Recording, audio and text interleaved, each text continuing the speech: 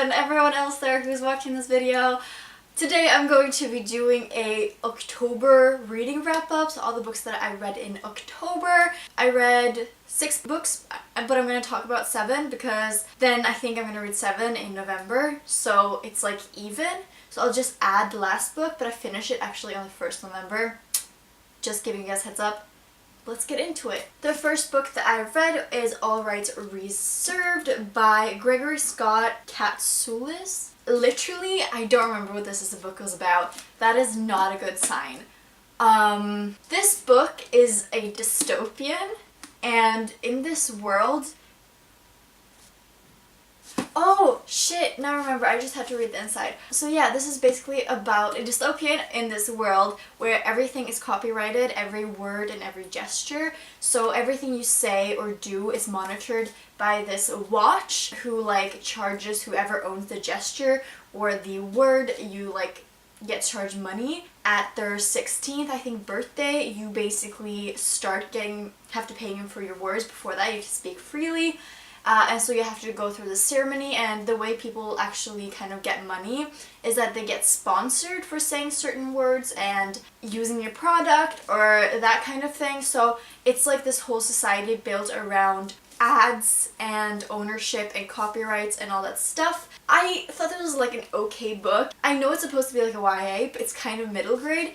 I enjoyed it at some point, but there were just so many like things that were wrong with the world, like that are just flaws that I don't think would be possible, and I don't think this would ever happen. So that's kind of like my problem with it. I also had the issue with the main character doing so many stupid things. Like, I saw a very easy solution to the issue in the book, and like, you know, it's like this revolutionary kind of thing. The main character, she decides to be silent. She basically goes against society. She doesn't really know why she's doing it, but all of a sudden she has all these followers. And she doesn't even know if it's like a rebellion. It just kind of happened. It's a very depressing sort of society. The characters are kind of dull. I don't know, it was like a meh book kind of thing. Next, I read Harry Potter and the Goblet of Fire. This is I was gonna say reread, but like my mother read them to me when I was little and she read them in Norwegian, so I've never actually read them in English, and I've never read them myself. But if you can count audiobooks as reading, then I would count someone reading them to them you as reading too. So this is a reread for me. I am rereading them now because at the end of November I'm going to see The Cursed Child in London. Whoop whoop. So I thought I would read the whole series before I go there. This was so good. Like, me and my mom, we have this thing where we watch the movies, I think like at least 3 times a year. This year we haven't done that, but like a lot. I've seen the movies so many times, but I've only read the books once, and so I forget how much good stuff. There's so many like goodies that you forget about, and you're just like, oh, I don't remember this, but it's so clever and it's so good. This is actually my favorite movie, but I don't think it's my favorite book so far. But obviously amazing, obviously 5 stars. I thought it was amazing. I love like the Triwizard tournament aspect of it. I love games and books. I think it's awesome. And yeah, I thought it was really good. The only thing that bothers me with this one is that this is like this tension between like Ron and Harry at the time, because it's like he doesn't believe that he didn't put his name in the Goblet of Fire and stuff. And that's like, I don't like the quarrel between them. The same with like Ron and Hermione. And I don't like it when they fight. Still amazing, you know, like, what can I say?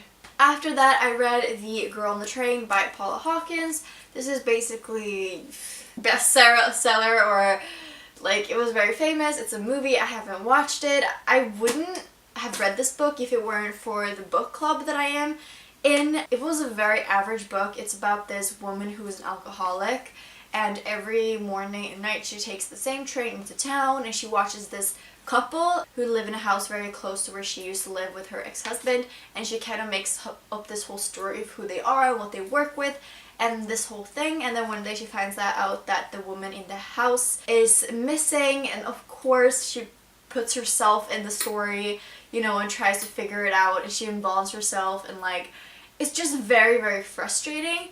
I liked how the book dealt with kind of this aspect of children and pregnancy and this kind of thing. You basically get to follow 3 perspectives of her ex-husband's new wife and then the woman who's killed, and then the main character, Rachel. Rachel is so frustrating. She makes so many bad decisions, but I think she's an interesting perspective. I think I gave this a 3 stars. It was like, okay.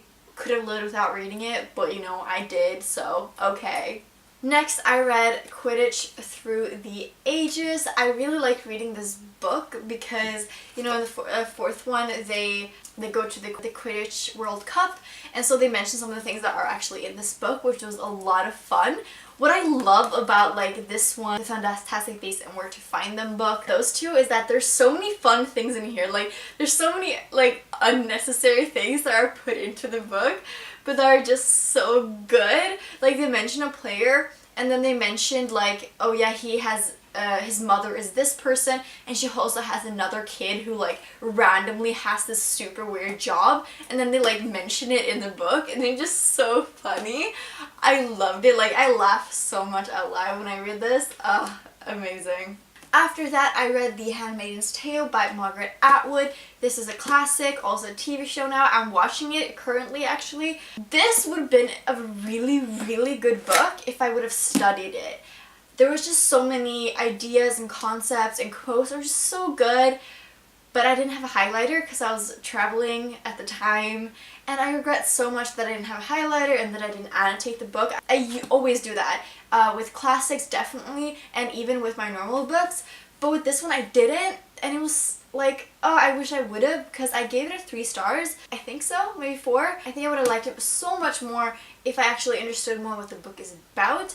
The thing with The Handmaid's Tale that I was also seeing in the TV show is that they kind of don't really explain what's going on. Like, you don't understand what's happening. You kind of have to interpret, and when you're just sitting on the bus like reading, you're kind of tired. Like, you don't understand. Like, other people had to tell me what the book was about. Like, if you read the back, you will get it. Like, the stuff that says in the back is never explained in the book. And so it's so weird, and that is something that I didn't like about it. I really like the concept of the book of, you know, a woman becoming sterile, and then certain women who do have good ovaries, they basically get trained into becoming handmaidens, and handmaidens are basically these women who are supposed to bear children for the commanders and give them like a child. And there is this whole strict system. It's a dystopian, and it was okay. I realize I'm not a big fan of dystopian because like I always paint out all the flaws in like the world and the way people, like, the world has evolved. I'm like, this would never happen because of this, and it's just like, it bothers me because I always think I could have written it better when it comes to dystopian. Obviously, like, I probably couldn't, but I just find too many flaws. I think it's an interesting story, and I think it's like a possibility that we might be facing the same conflicts, even though we might not deal with it in the same way. I thought it was very interesting. After that, I read Harry Potter and the Order of the Phoenix. So good. I have to say, this is like the thickest Harry Potter book. I want to say that it's a little bit too long, but what I did like about this one is that it has a lot of school elements in them.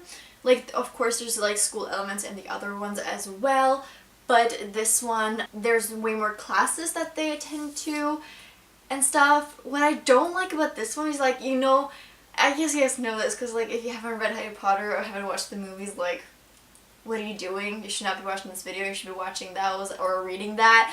But seriously, go and do that. It was amazing, of course, but like, Harry is so angry all the time. And of course we know why, because Voldemort is, and it's affecting him and everything.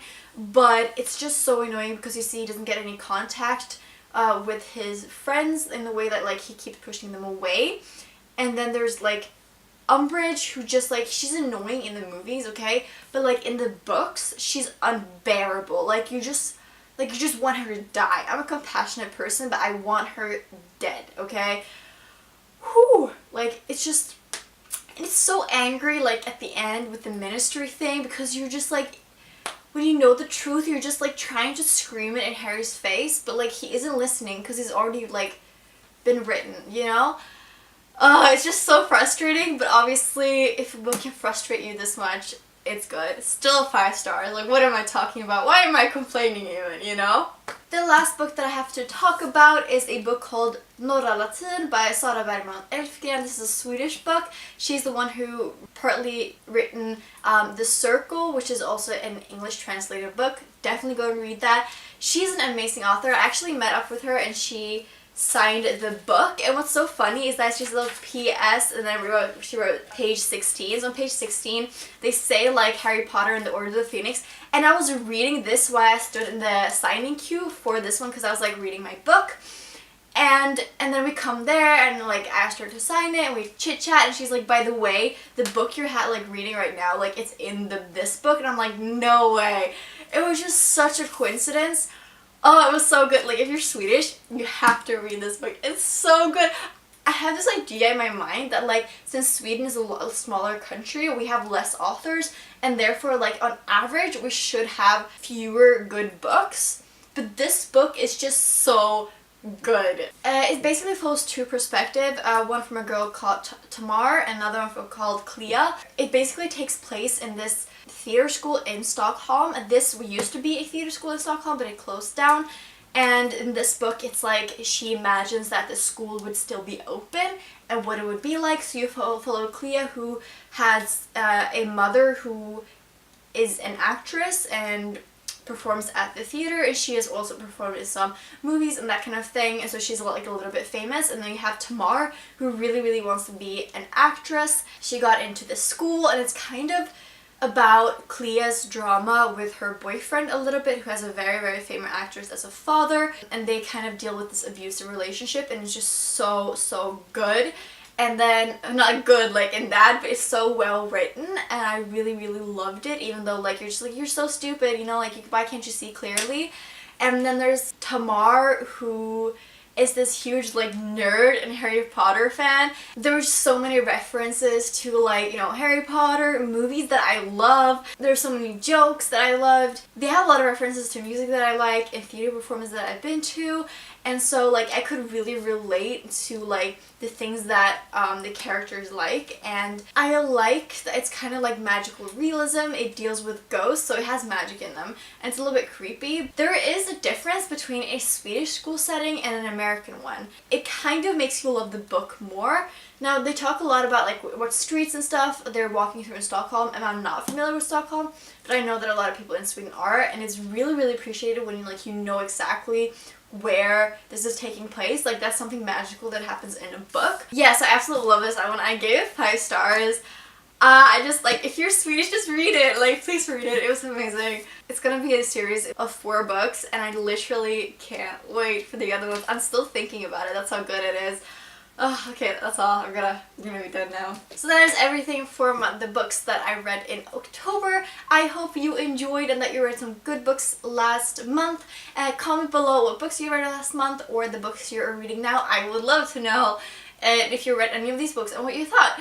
I hope you guys all have a lovely day, and I'll see you guys soon. Bye bye!